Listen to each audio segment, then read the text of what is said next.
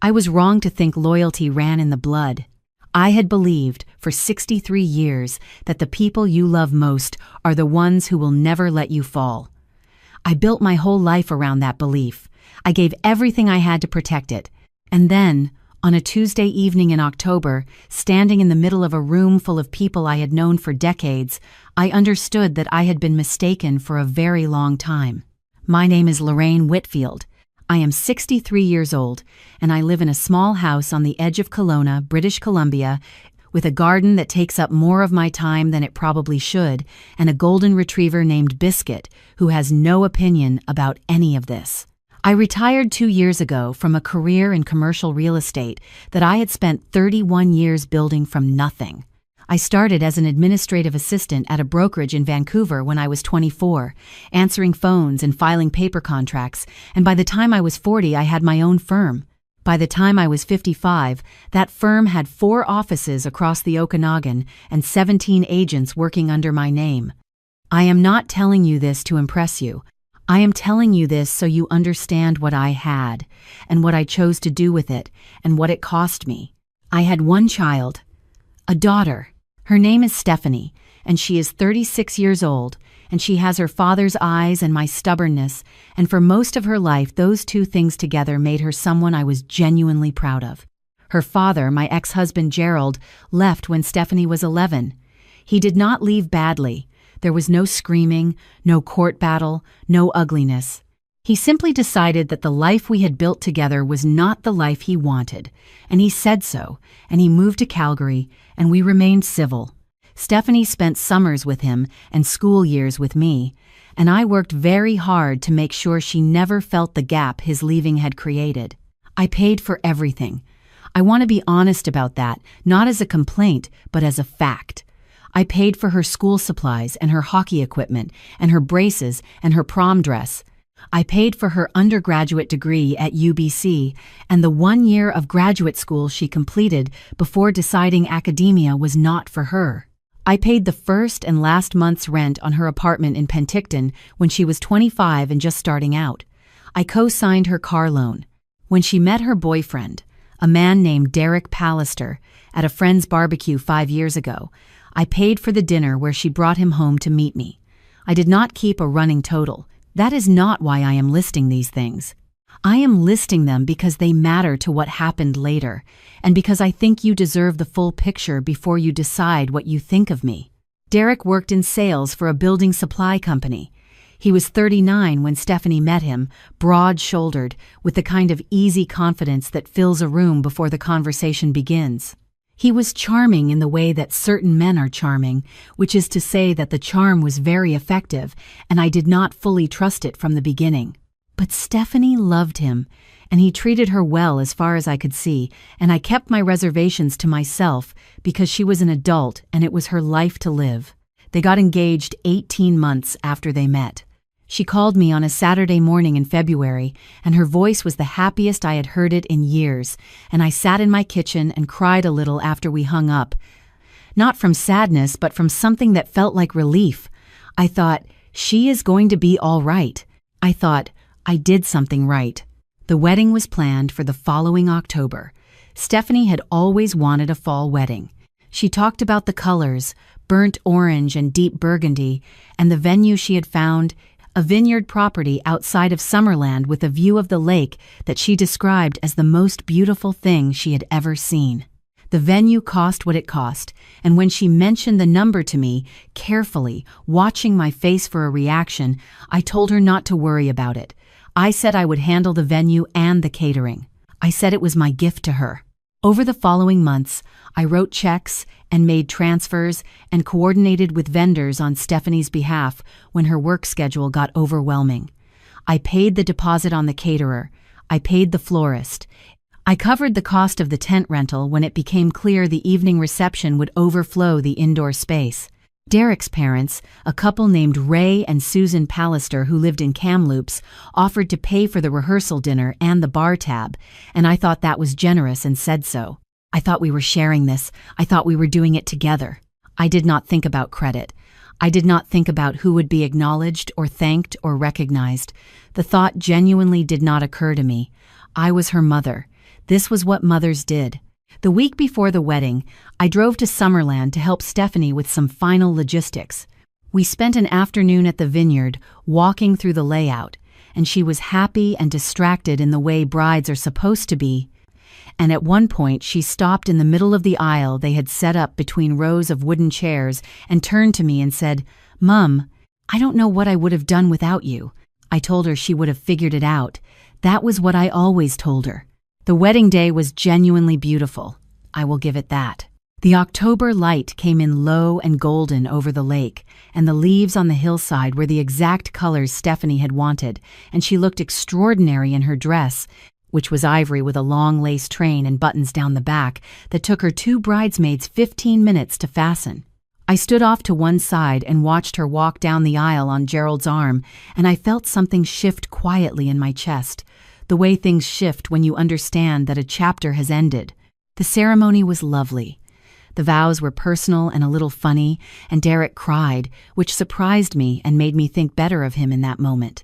Afterward, the photographs took over an hour, and then the reception moved into the tent, and there was the caterer's food, which was excellent, and the flowers, which were everything Stephanie had described, and the lighting, which I had approved and paid for, strung between the tent poles in warm white loops. It was exactly what she had wanted.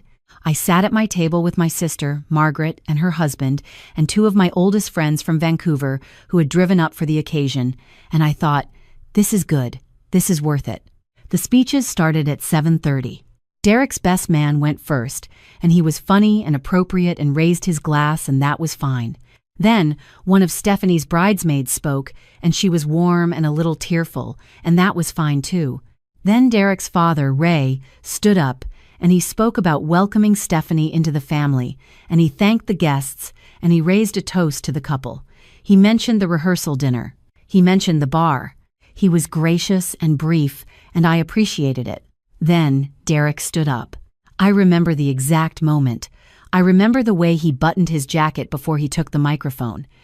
I remember how he looked out at the room with that easy confidence and smiled, and I thought for a moment, unreasonably, that he was going to say something that would make me revise everything I had quietly suspected about him. He thanked his parents. He thanked his best man. He thanked the bridesmaids.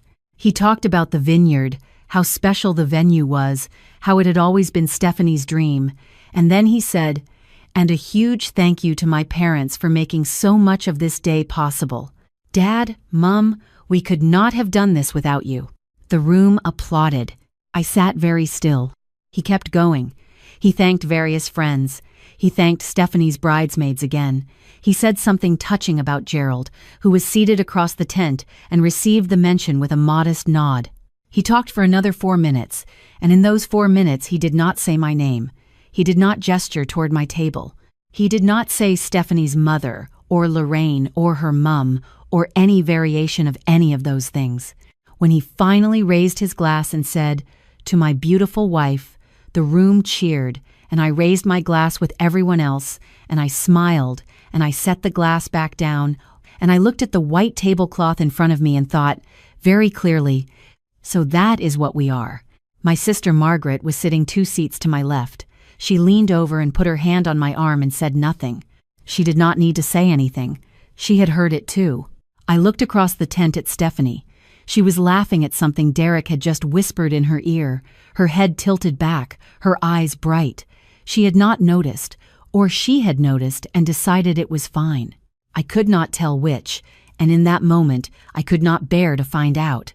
I stayed for another hour. I danced once, with Gerald of all people, because the band started playing something from the 1980s and he appeared at my elbow with his hand out and I thought, why not? He did not mention the speech. He said, "She looks happy." I said, "She does." We left it there. At 9:15, I found Stephanie near the bar and hugged her and told her she was beautiful and that the wedding had been everything she wanted. She hugged me back hard and said, "Don't go yet, Mom." I said I was tired, which was true. I said I would call her in the morning. She said, "I love you." I said, "I love you too," and I meant it. And then I got my coat and walked to my car in the vineyard parking lot under a sky full of stars and drove back to my hotel in Penticton. I sat in the hotel room for a long time without turning on the lights. I thought about the past 18 months, the deposits and the vendor calls and the Tuesday afternoons I had spent on the phone sorting out a linen rental problem that had nothing to do with my actual life. I thought about the conversation in the vineyard, walking the aisle, when Stephanie had said she did not know what she would have done without me. I thought about how I had not wanted thanks. That was true, and it is still true. But there is a difference between not needing thanks and being actively erased. There is a meaningful difference between humility and invisibility, and I had not understood, until that night, that other people might not be able to see it. I called my sister. She answered on the second ring. She said, "I've been waiting." I told her I was all right. She said, "I know you are. You always are. That doesn't mean what happened wasn't wrong." I said I knew that too. We talked for 40 minutes, and at the end of it she said, "So what are you going to do?" And I said I wasn't sure yet, and that was honest. I did not sleep much. By 6 in the morning, I was sitting in the hotel chair with a cup of bad coffee from the room machine, watching the light come up over the valley, and something had shifted in me the way things shift after a long, cold night. Not into anger, into clarity. I had made a plan for my estate about 3 years earlier, when I sold 2 of my firm's satellite offices and came into a significant amount of capital. The plan was straightforward. The Kelowna house would go to Stephanie, along with a trust structured to pay out over 10 years. There was also a commercial property I still held in Vernon, which I had intended to sign over to her outright. And there were my investments, which I will not enumerate here, but which were substantial enough that my financial advisor had made a small sound of satisfaction when we reviewed them. I had been meaning to update the documents. I had been meaning to do many things. I called my lawyer at 8:30 on a Monday morning, 2 days after the wedding, when I was back in Kelowna and sitting at my own kitchen table with proper coffee.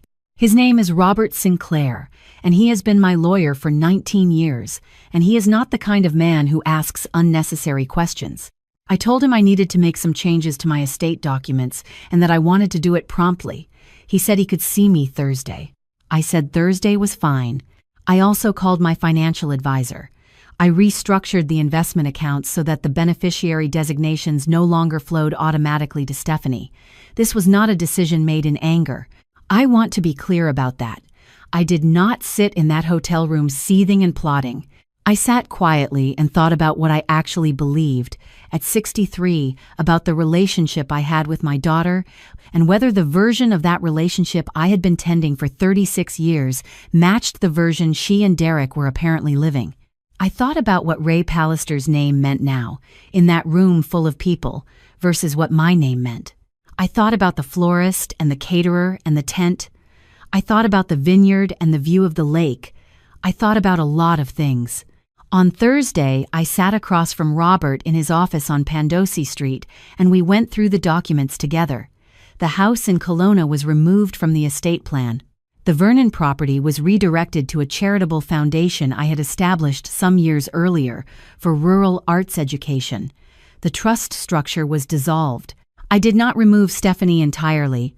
I left her a sum that was meaningful and fair and that reflected what I believed a parent owes a child who is grown and solvent and capable of building her own life. But the bulk of what I had spent 30 years accumulating was redistributed toward things and people who had not publicly diminished me. Robert did not comment on any of this except to say, at the end of the meeting, "Is there anything else you need?" I said no. He said, "All right then." We shook hands and I left. I did not call Stephanie that week. She called me on the Wednesday after the wedding, sounding bright and just back from 2 days of a mini honeymoon in Tofino, and she talked about the rain and the seafood and how Derek had surprised her with a couples massage, and I listened and made the appropriate sounds and asked the appropriate questions, and we talked for 25 minutes, and I did not mention the speech. I was not ready to, and I also was not certain what I wanted the conversation to accomplish. A month passed. In November, I had Stephanie and Derek over for dinner. I made the roast chicken she had loved since she was small, with the lemon and the herbs from the garden, and I opened a bottle of Okanagan Red that I had been saving, and we sat at the table and talked about their new apartment and Derek's promotion at work and a trip they were thinking about taking to Portugal in the spring. It was a pleasant evening. Derek helped clear the table without being asked, which I noticed. He told a funny story about a miscommunication with a client that made me laugh despite myself. Stephanie looked happy. She looked genuinely happy, and that was not nothing. After dinner, when Derek was in the living room with his phone, Stephanie found me at the kitchen sink and stood beside me drying the dishes I handed her, and she said, quietly, "Mum, about Derek's speech." I kept washing. She said, "I noticed. I should have said something to him beforehand. I didn't, and that was my fault, and I'm sorry."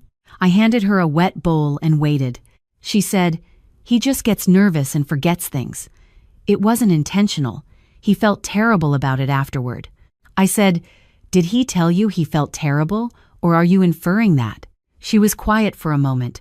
Then she said, "He mentioned it."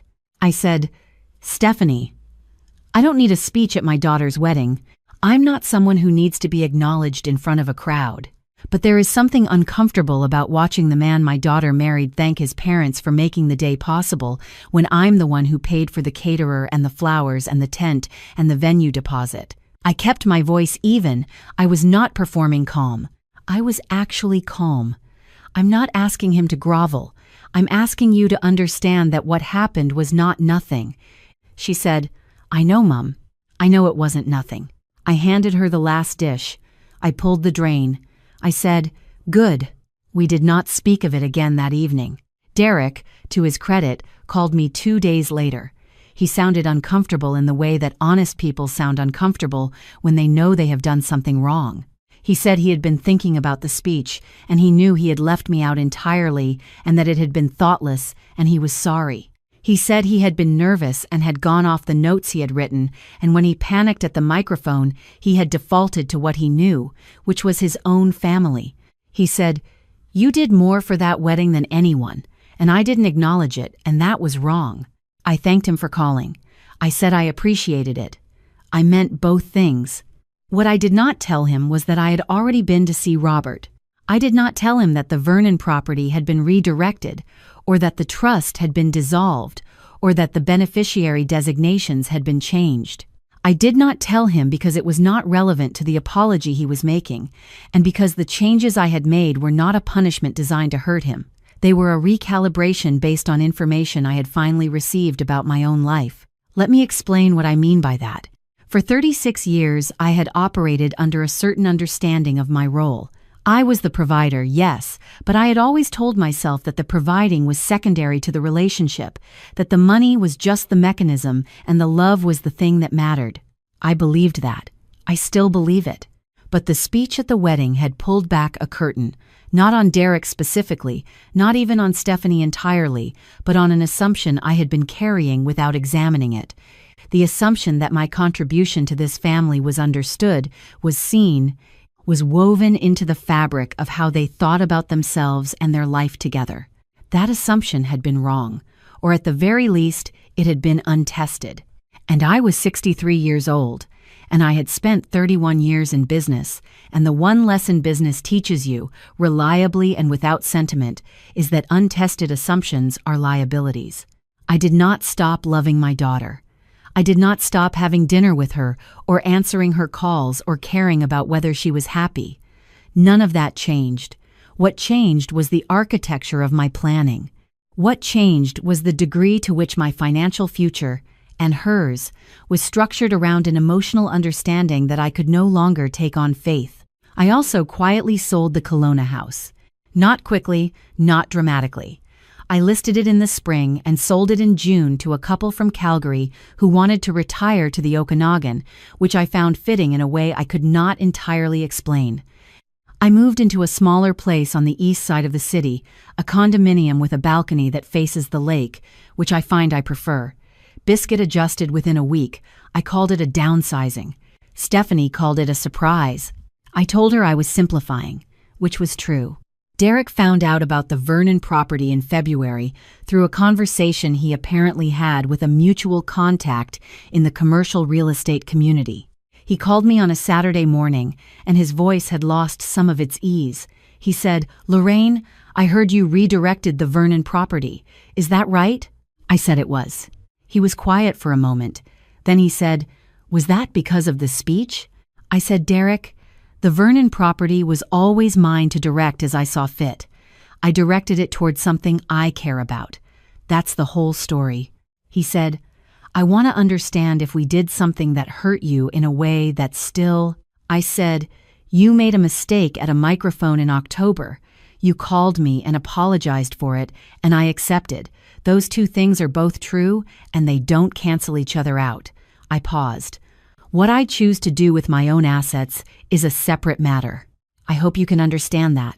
He said he could. He did not sound entirely convinced, but he said it. Stephanie called me that evening. Her voice was careful in a way I recognized, the voice she uses when she is trying to be reasonable about something that is bothering her. She said, "Mom, Derek told me about the Vernon property." I said, "I figured he might." She said, "Can I ask what happened?" I thought that was going to. She stopped. She started again. "I thought that was part of the plan." I said, "Plans change, sweetheart. I'm 63, not 83. I still have time to revise." She said, "Is this about the wedding?" I said, "It's about me taking stock of where I am and what I want to do with what I've built. That's not a punishment. That's just what grown people do." There was a long pause. Then she said, "I feel like I'm being punished." I said, gently, "I understand why it might feel that way, and I'm sorry it feels that way. But feeling punished and being punished are different things, and I need you to sit with that for a little while." She cried a little. I stayed on the line. I told her I loved her. I told her that nothing about my love for her had changed, not one fraction of it, and that I would be at her door with roast chicken whenever she needed me. I told her that I was her mother, and that was permanent and unconditional. But I also told her that I was a person who had worked for 31 years and that what I had built belonged to me, and that I was going to make thoughtful decisions about it with clear eyes, and that those decisions were not a referendum on our relationship. They were just decisions. She said, "I hear you." I said, "Good." We talked for another half hour about other things. The trip to Portugal, a problem she was having with a colleague at work, whether I thought she should get a dog. By the time we hung up, something had eased between us, not entirely, not permanently, but enough. The missed calls came in March. Not from Stephanie. From Derek. It turned out that the commercial contact he had spoken to in February had also mentioned, in passing, something about the investment account restructuring. Derek had done some arithmetic. He called me 6 times on a Thursday evening, starting at 7 and going until 10:30. I was at Margaret's for dinner and I saw the calls come in and I let them go. I called him back the next morning. He said, "I've been trying to reach you." I said, "I know. I was with my sister." He said, "I need to understand what's happening here, Lorraine, because I'm looking at the picture and it's not what I thought it was." I said, "What picture did you think you were looking at?" He said, "I thought Stephanie thought that there was a plan for the future, for security. We made decisions based on that." I said, "What decisions?"